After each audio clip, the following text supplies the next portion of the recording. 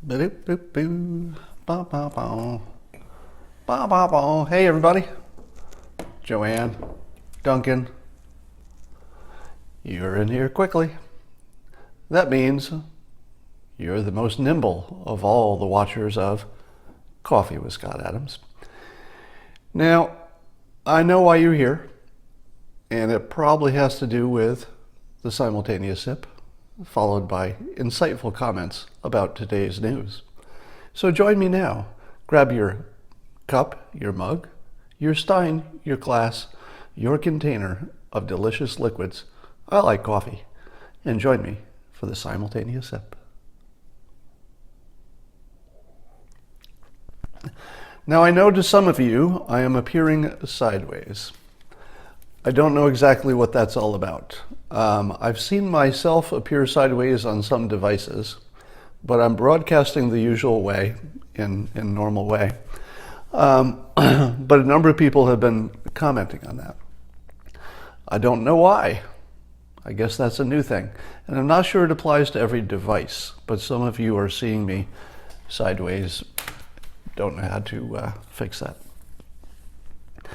So we got some amusing stories today. One is that GQ magazine is running Serena Williams on the cover, and they made a little bit of a graphic mistake.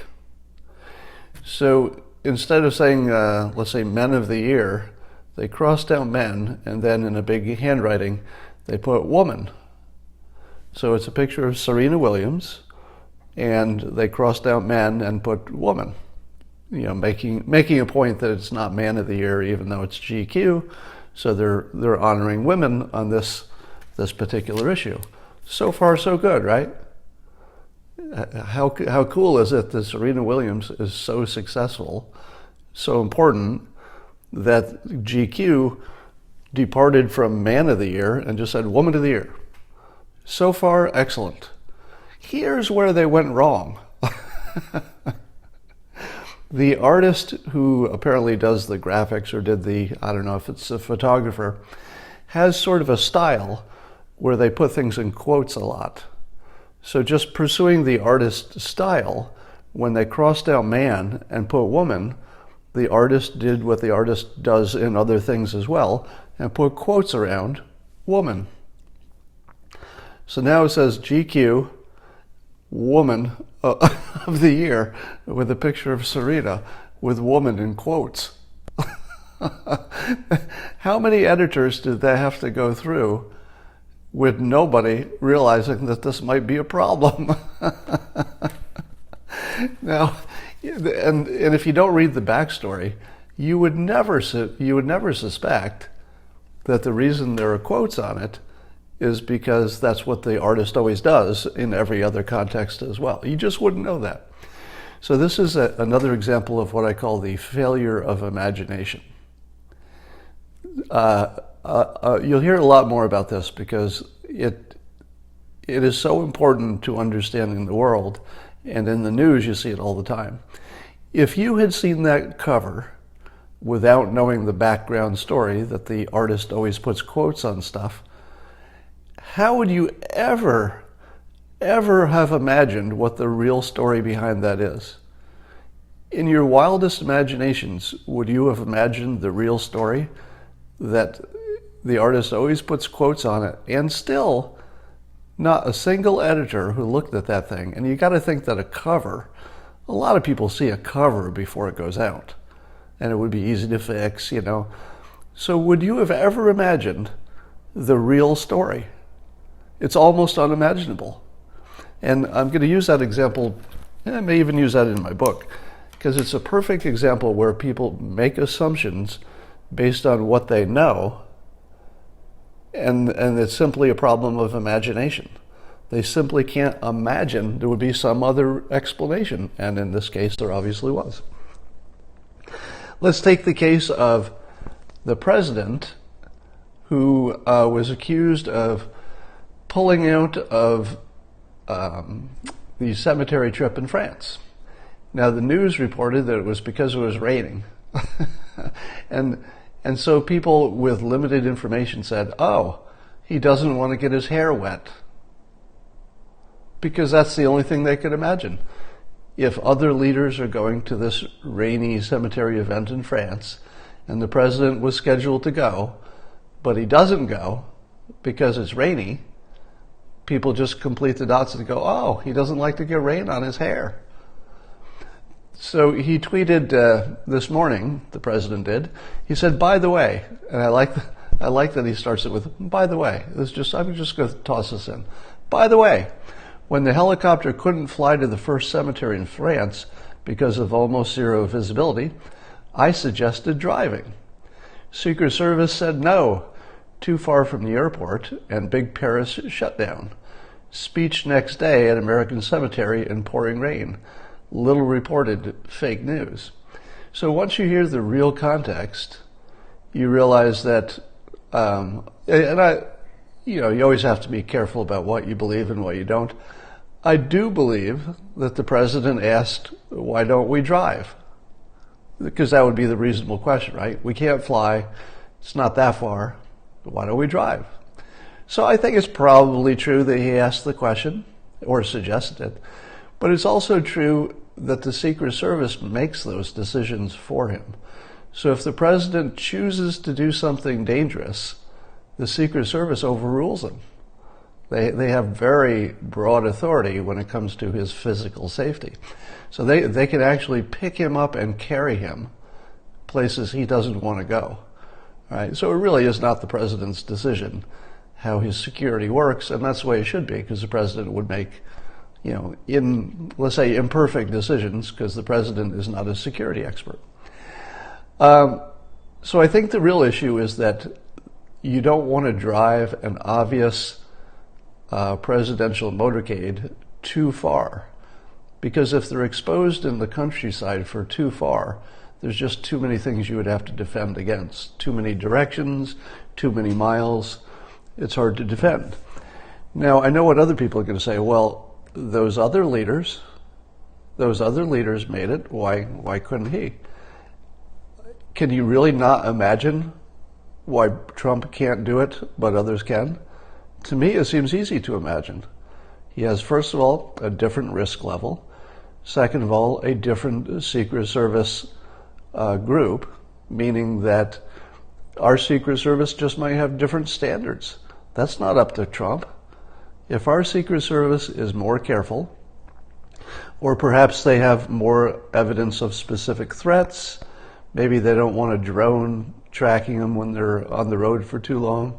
There's also some thought that the only way they could do it as safely as our Secret Service wants it done, right? We're not looking at anybody else's Secret Service.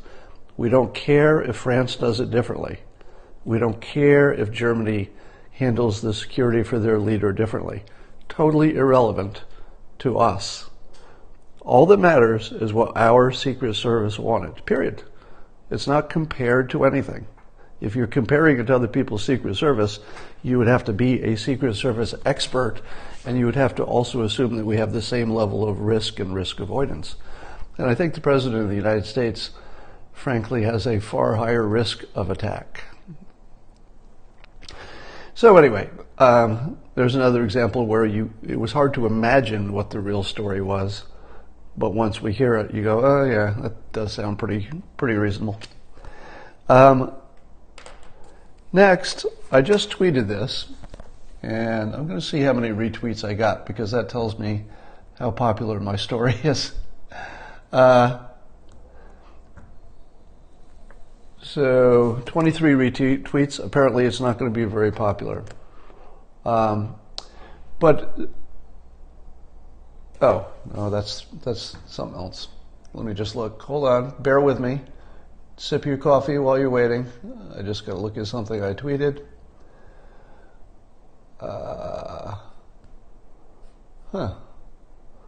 Seems to be missing. That's weird. Okay, well, let me tell you what I intended to tweet. So CNN has a headline, and the headline is, I got to give you the exact headline or it's no fun. The headline is, White Supremacists Celebrate the Midterms as a Victory. And then if you click on it, you see it says, Trump says he's not a racist. That's not how white nationalists see it. You want to know why certified management accounts work so well with robots? It's not just because of that Oh, stop it. We're wrapping up. So the article says that, well, this fucking, I'm sorry, piece of thing. Trump says he's not a racist. That's not how white nationalists see it. That's a CNN politics headline. Now, correct me if I'm wrong, but isn't CNN giving the same viewpoint as white supremacists? Is it not true that this article is as clearly as possible saying that CNN and the white supremacists have the same worldview on this topic? And their shared worldview is that Trump is a racist. There are two groups that believe Trump is a racist: white supremacists and CNN. Literally, CNN is boosting the signal for the white supremacist because they agree with him. The CNN is actually getting its news from white nationalists, white supremacists. And they're pretending that the problem is with Trump. If you came from another planet and you said, all right, here's the situation. There are these people called, white supremacists or white nationalists, kind of a little bit similar. They're not the same, but they're kind of in the same ballpark. And there's this group called CNN that agrees with them. And then there's a group called conservatives who don't agree with them and disagree with both of those. Which groups are on the same team? Well, the one that's boosting the message and agrees with their point of view is sort of on the same team. All right, at least on this minor point. And then you ask yourself, is it reasonable to call CNN the enemy of the people?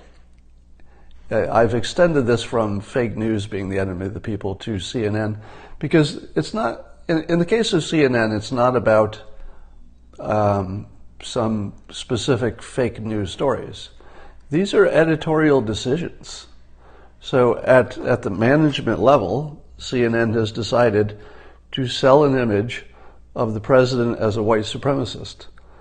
Probably the most irresponsible, disgusting, reprehensible thing you've ever seen because of what it could do to what it is doing to the country. Now, CNN's not alone. The anti-Trumpers are all selling it.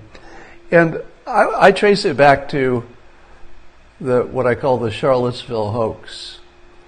When the president said there were fine people on both sides of the question about Confederate statues, should they stay or should they go, fine people on both sides, the news decided to report that as he just called white supremacists marching with tiki torches and saying bad things about his own family, that he decided to throw in with that group on public TV as president of the United States and call them fine people.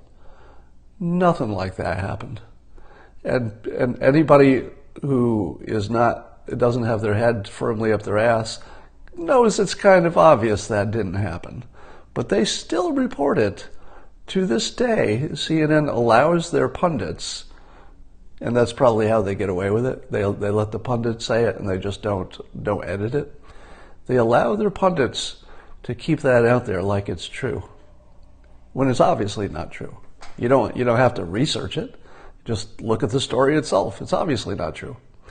So when you say, is CNN the enemy of the people, and I'm extending it further than the president does, because he's saying fake news is the enemy of the people, I think you have to say CNN is absolutely taking a position against civilization. Really, I mean, it's sort of a position against civilization at this point. So CNN and the white supremacists have joined teams to help signal boost their common view of the world about this president. Now let's talk about the Democrats being anti-science. So, and I'm going to give you some examples. I've given you this example before, which is Democrats like to call Republicans anti-science because of climate change. But what Democrats always get wrong is that the climate science topic is not just science. There's a science part, chemistry, physics, measuring things, writing papers, very sciencey. That's the science part. But the models, the prediction models, are not science, nor is their estimates of, the economic impact. That's economics. So you have three things. You've got the science, you've got the models, which are not science, and you've got the economics, which is economics and not science. Three distinct parts to understand what's going on, how big a problem is, what it's going to cost. The Democrats consider all three of those things to be science. And if you don't believe all three of those things, the science, the models that are not science, and the economic predictions which are not science, if you don't believe all three of those, you're anti-science. That's literally the opposite of rational thinking. Rational thinking would say, if you both believe the science part, that humans add CO2 could cause things to go up in temperature given a certain set of conditions, that's the science part. Pretty much the conservatives believe the science part. What they don't believe is that everything has been looked at, and they don't believe that the models are necessarily reliable. Right? That is more scientific, not less scientific. If you're seeing people disagree with the real science part of it, I think that's anti-science. So the people who say it's the sunspots, for example, that would be, a little bit going off the science course, because scientists do not think the sunspots are responsible. The majority of them. Obviously some do. Now let's take another topic, the forest fires. What is the most common thing you're seeing in the news from Democrats about the California fires? They're saying it's climate related. Does the science prove that the Climate science caused?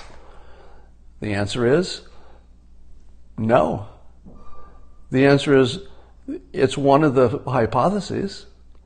It's just a hypothesis. What are the competing hypotheses for why the forest fires are so much worse? Well, we know for a fact that the way the forests have been managed has changed. And it's changed in a way that would definitely predict there would be more fires. Next, there are also more problems with power lines and the forest being close to things that can cause fires. So there are simply more things in the forest, more power lines, more people, more campers, just more things that cause fires. And at the same time, there's more undercover, less clearing, bad forest management. So if you're a Republican, you probably say to yourself, it's impossible to tell exactly what's going on, but you'd certainly have to look at forest management. You'd certainly have to look at, there's a word for it, but it's the encroaching civilization and how all the technology and people and everything that we bring with us that can cause fires, there's just more of it. So that would be a factor. And then there is a climate change element to it, which may or may not be human caused. In other words, it could be X% human and X% natural, and we don't know exactly. But I would say that Republicans, by and large, look at all of those things. Which is more science? Who is the anti-science group in this example? Are you being pro-science if you settle on a conclusion, it's all climate science, without looking at all the information which is clearly relevant? That's not very pro-science. Ignoring relevant data is pro-science. To me, it looks like the Republicans are the pro-science ones. There's also the issue of mind reading. And both sides are guilty of this, but for some reason you see a lot more of it on the left. And what I call mind reading is they'll look at a certain set of actions, and then they'll imagine they can read the mind of the people involved to know why they did what they did. The president's canceled trip to the cemetery because of the rain is a perfect example. A typical way that the Democrats resolved this situation in their heads, where they imagined they could read the president's mind. I'm not even making this up. They looked at the situation and say, he canceled the cemetery trip, the other leaders didn't, therefore I will read his mind. I need a little help for this. I am putting all the data together. I'm reading his mind from a distance. I'm seeing something about hair and moisture. Got it. The President of the United States, according to my mind reading, does not like to get his hair wet. End of story. No further research needed. I've got it. I think I've got it. Everybody else get that? You got that too, right? You got it? Hair, water. All right. You got it? All right. We're on the same page. 97% of scientists agree. And scene. What did Republicans and Trump supporters say when they heard the story about Trump canceling his trip to the cemetery? Well, some of them probably did some mind reading, same as Dale. But I think that most conservatives, most Trump supporters said something like this: there's probably a good reason. We just don't know what it is. There's probably a good reason. And so I would say in this case, the people who had a wait and see attitude and said, well, there's probably a good reason. There might be 10 different reasons, and we just don't know what it is. So I would say that if you were open to just listening to whatever the situation was, you probably were the solid thinker in this case. All right.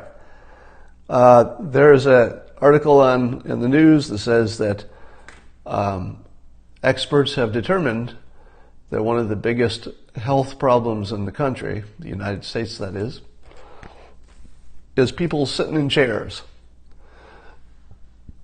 So it turns out that one of the biggest health risks, one of the biggest killers in the country is chairs. Chairs are actually killing people with all their comforting, feel-good qualities. Chairs are so awesome that people think, I'd like to sit in that chair. I'm so comfortable, I'll sit in this chair for hours. And then the chair kills them because it saps them of their vitality and their fitness and their ability to move around, and all those things are good for your health. So chairs kill. And the price tag they put on it was, and you have to take this kind of estimate with a gigantic grain of salt, because I'm sure they can't really measure this sort of thing. But they're saying that moving around more would save $117 billion a year on health care. Just moving around more. And this leads me to my next point. This is something I'm working on sort of on the side. But it seems to me we're approaching a point where you could build a website with links to all the ways you could get close to free or cheap healthcare. And here's what I'm talking about. And I'll give you just a few examples, and that should be enough to paint the picture. Let's say I create a website, and all I do is, as there's a new breakthrough, a new piece of information we know, something that would make your health costs go down, it gets added to the website, so that people who can't afford regular health care have sort of the poor person's version of health care that they can go to and say, all right, how can I piece together a health care plan without paying for health care? Let me give you one example. There's now a device you can put on your phone that you just put your thumbs on, and it will measure your heart. And you can actually get a useful measure of your heart with just this little $100-something thing you click into your phone. All right. You would only need to know that one of your neighbors had one, or somebody around you had one that you could borrow, and you could check it once in a while. There are a number of other little clicking things that will turn your phone into basically a Star Trek, tricorder for testing your health. But there are also things such as this movement thing. Imagine if you had a Fitbit and all it did is remind you to move enough that you would be in a healthy zone. Well, that's sort of healthcare. The Fitbit telling you to get up and walk around every once in a while would be really good for your health. If you got all the little stuff right, if you had a set of technology, whether it's apps, whether it's websites, information, whatever it is, that could change your diet from a bad diet to a better diet, could change your level of activity from none to enough. If you could do that with technology, that's a lot like taking money right off the cost of healthcare. And then if you piece together things like WebMD, Google and other sources where you can look at things, and then you add telemedicine. And I'll be talking a lot more about this in the next few days and weeks. But if you can get a doctor on the phone for a fixed fee anytime you want, you've got doctor's advice live for a low cost, much lower than the cost of having health care. You've got infinite resources of things, like things to test. There now, I believe there's a startup, I forget its name, that's making laboratories where you can just walk in with no health care and pay a small fee and have your blood tested. So now you can get full blood work without health care, just pay a small fee. You can get a doctor live without health care, small fee on the phone. You can get all these testing devices, apps, places you go, much lower cost. So and then let's say the president does something with prescription medical costs. I don't know what they can do other than just forcing the prices down, but there's some thought that the price of meds would come down. If you put all this stuff together, you get really close, maybe we're already 80% there, to piece together an inexpensive healthcare system that you just use as you need. You just take the pieces you need. We're getting close.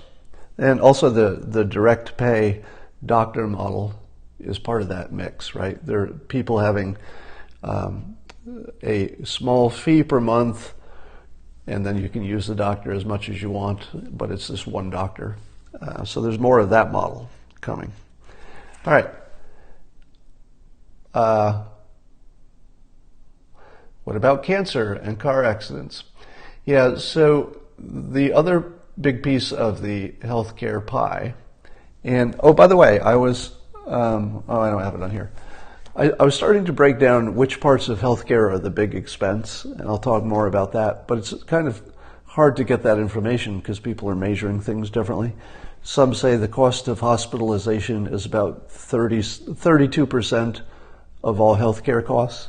So when somebody said, what about cancer, what about a car accident, that fits into the 32% of hospitalization stuff. So there are parts that are harder to work on. And the idea is that you could have catastrophic insurance for the hospitalization stuff. So for the hospitalization stuff, you probably just need insurance. Turning on a CAT scan machine costs $10,000. Yeah, I'm pretty sure that all of those scanning technologies, the total price of that should be dropping hard. That should really, the cost of that should be coming down like crazy. Yeah, I don't have auto insurance for tire rotations, only wrecks. Exactly.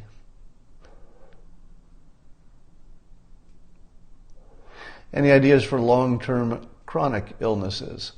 Well, it depends the nature of it. I mean, if your chronic illness just requires pills, then the lowering of pharmaceutical costs could help. But I would think that your catastrophic insurance should cover long-term expensive stuff as well. I mean, and maybe there's, it would make sense. Basically, anything that's going to be super expensive, it should be the dollar amount that matters, not the type of problem.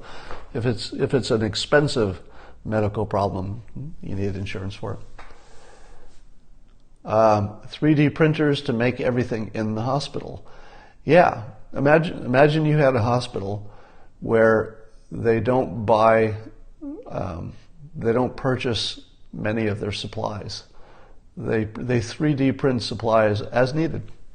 If somebody comes in and they've made an appointment for, let's say they made an appointment for a specific condition, the 3D printer just starts printing the things you're likely to need. It prints those bandages, whatever. Sometimes they could just guess in advance. I've got a feeling that cancer may be getting close to cured. So it might be that the long-term cost of cancer is going to drop like a rock, because I think we're close to the point with the new advances in cancer, close to the point where most of the cancers can just be beaten. So you don't have to keep somebody in the hospital till they die. You just cure it.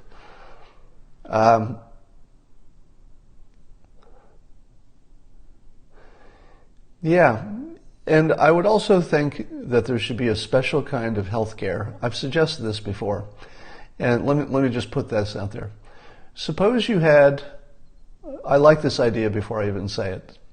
Suppose you had a special healthcare plan that offered people free healthcare, no matter what it was. They get free healthcare, and the government pays it, but only with this condition. You have to give up all of your privacy just for the medical stuff. Not all of your privacy about your whole life, although a lot of it. And the idea would be that they would, have whatever monitors or or tests need to be done, that they would use the people who are getting the free healthcare to measure what works and what doesn't for everyone else. So in other words, the people with the free healthcare would know that they're guinea pigs, and they would know that they're giving up way more privacy than the people who are paying more money. But even though the government would be paying for this healthcare and it would be free, and so it would be really expensive, the amount we could learn from being able to measure exactly what works and what doesn't, the amount we would learn might pay for all the other people.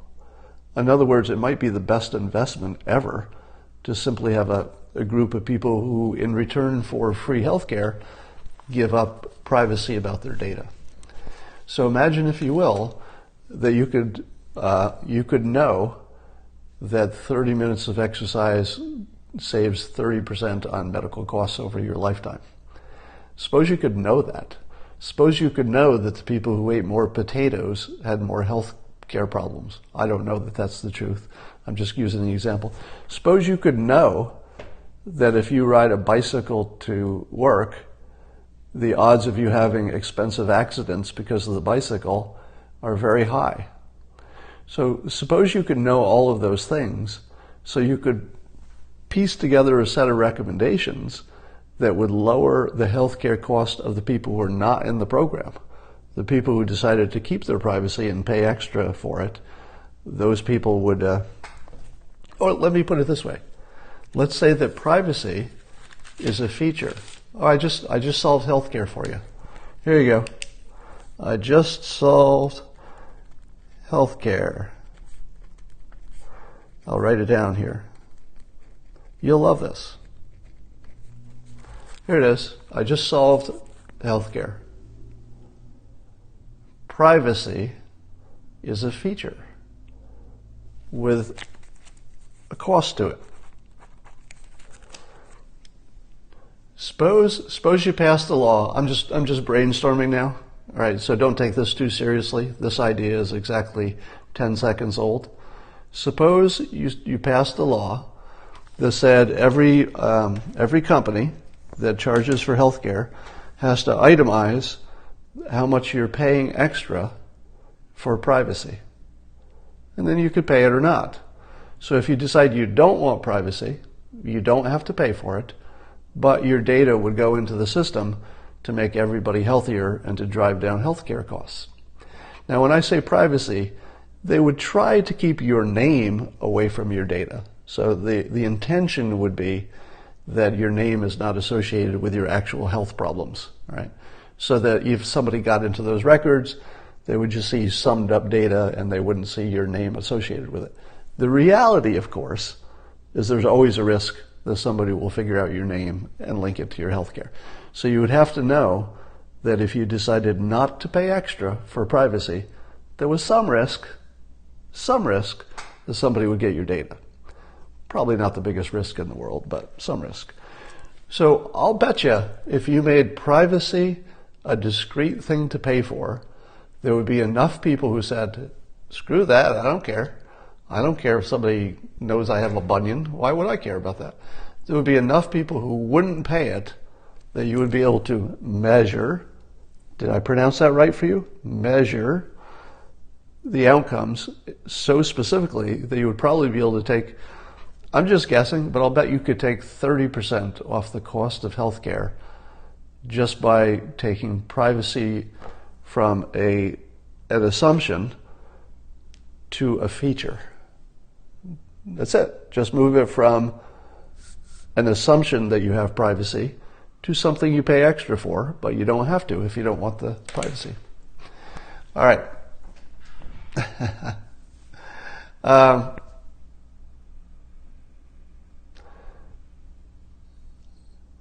Yeah, so the reasons, somebody just mentioned that the reasons for privacy might have something to do with, AIDS and alcoholism and drug use and stuff. There are a lot of things that people do want privacy for, but those people could keep it.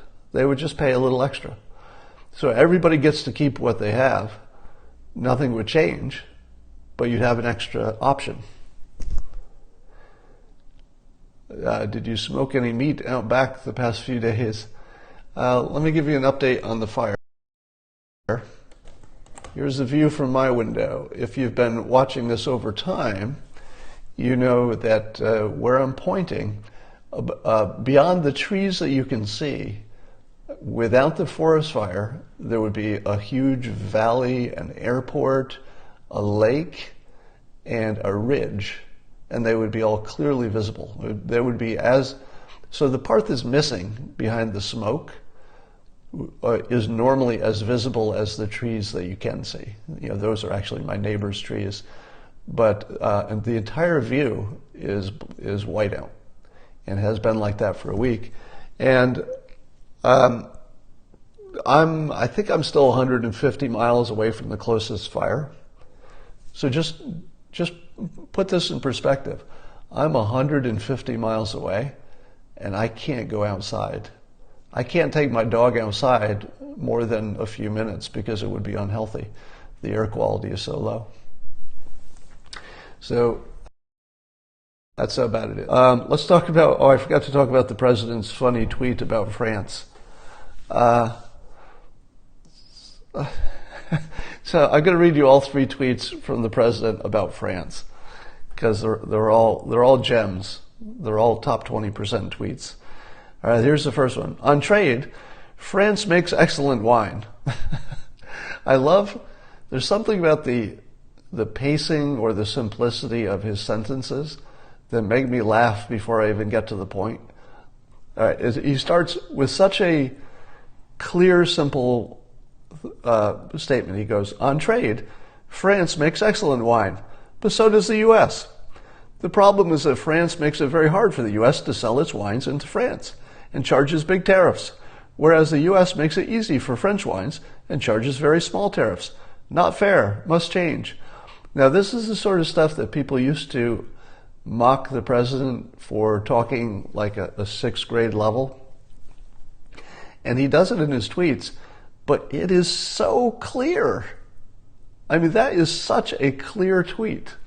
You know, you don't really realize that other people are unclear until you see something complicated explained with such simple sentences. Then he goes on. He goes, this is the next tweet.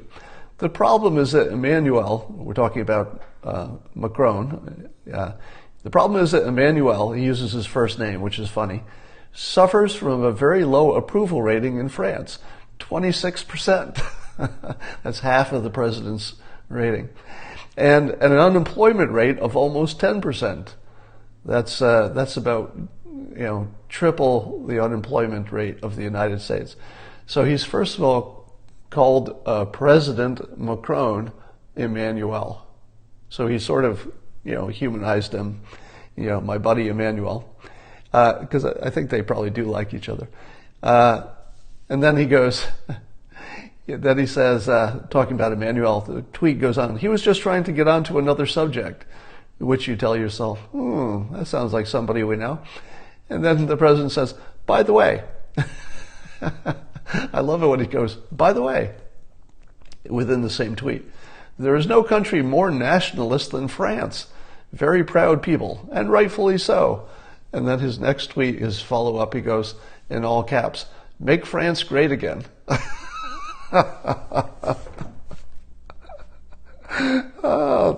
Now that is good stuff. Because remember, he's the president of the United States. So his tweets are news, although it looks like CNN is ignoring it so far. Maybe they'll cover it today. But he's made CNN cover the fact that French wine is coming into the country, but we're being tariffed. And everybody likes wine, right? In the United States, wine is one of the most popular things. And all these wine drinkers who are mostly Democrats, I think, all the Democrats who drink wine, I'm not saying they're the only ones who drink wine, but as a stereotype, are looking at it and saying, hey, why is my French wine costing extra? Which is hilarious that it's even like an issue. Wine has got to be the least important thing in the world. But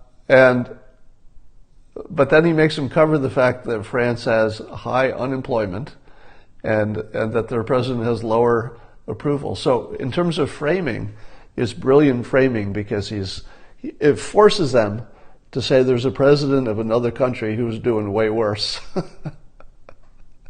I love that part.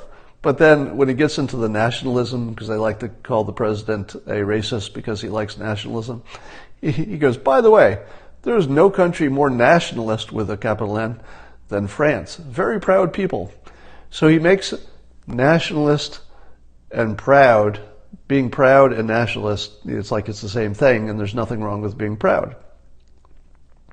And then you have to ask yourself, is that true?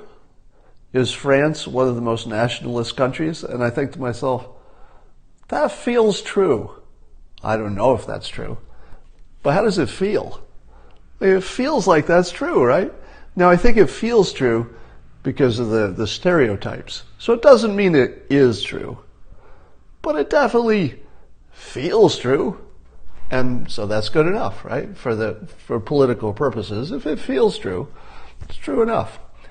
And then he says, make France great again. After he's totally thrown them under the bus with their bad unemployment and low approval rate. He's suggesting that maybe France used to be better and maybe they can maybe they could take it up a notch to make France great again. Oh, that was pretty funny. Anyway,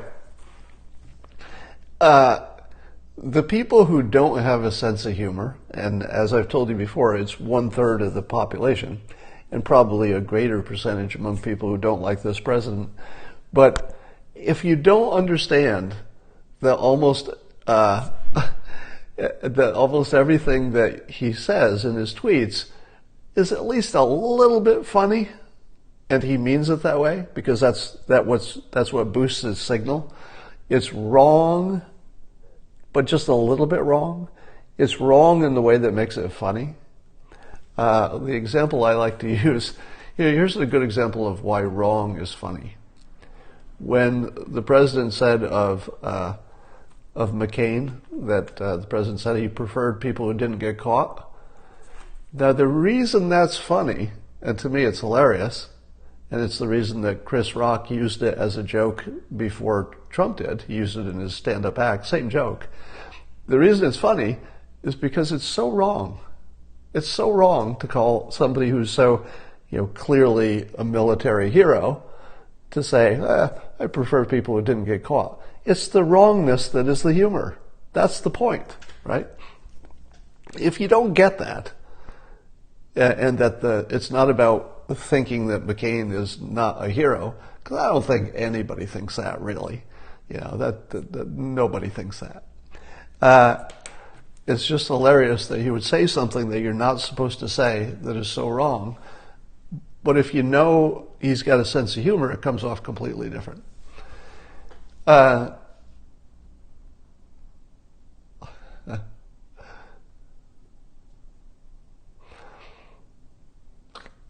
All right. I'm just looking at your comments. So how many days has it been since the recount started, or whatever the hell they're doing there in Florida, trying to count the votes, and we still don't have a clear sign of massive voter fraud, do we? The thing you have to watch when you're trying to judge what's happening in Florida is that if a place that is mostly Democrat finds a box of uncounted votes, they're probably going to be mostly Democrat because it's a mostly Democrat place. So if all we have is that 22 votes got mixed in where they weren't supposed to, and there was one box of uncounted votes, if that's all we have, then we don't have massive voter fraud. We don't. We just have some minor problems that wouldn't change the result in this case. But I will agree with all of you that there's enough suspicious looking stuff here that you have to just put a lid on it and make sure that nothing suspicious is happening. Now, I'm not going to say that we won't find massive voter fraud. If I had to bet on it, well, that's a good question. Which way would I bet? Would you bet for or against finding massive voter fraud? And when I say massive, it's got to be more than we found a box of votes or 22 votes got mixed in someplace they shouldn't have, something like that. I mean, like literal, everybody agrees, so massive that even the Democrats would say, oh, crap, I didn't know about that. That's pretty massive. Do you think we'll find that?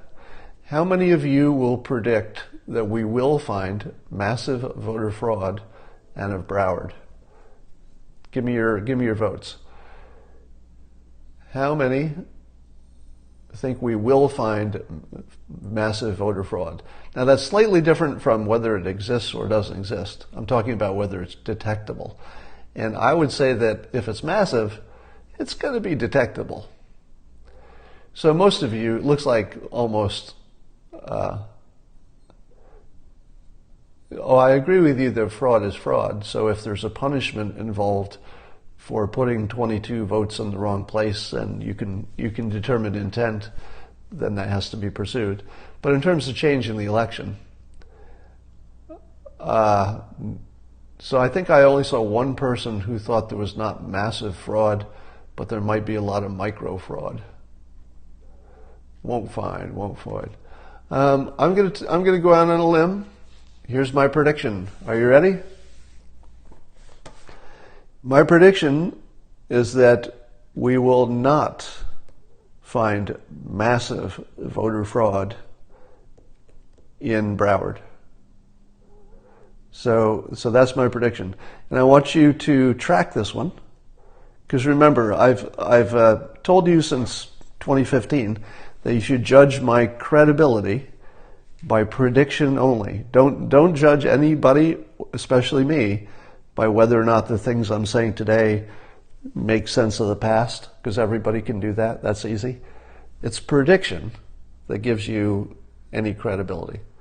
So I'm going to predict that they will find small matters of, irregularities, but they will not find massive voter fraud. Here's why. We would already know. That's why.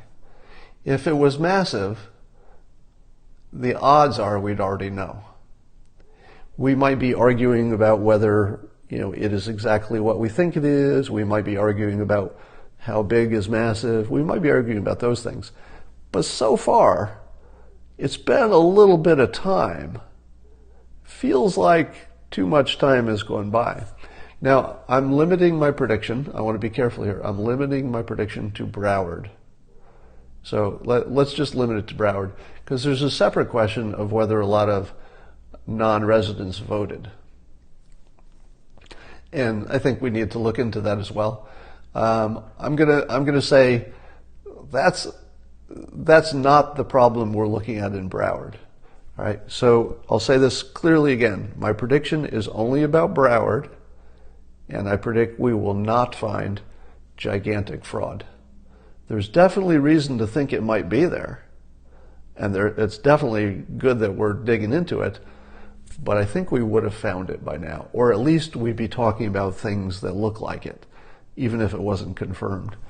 The larger question of whether Florida in general signed up some people who should not have voted, that's a good question, and I don't have a prediction on that.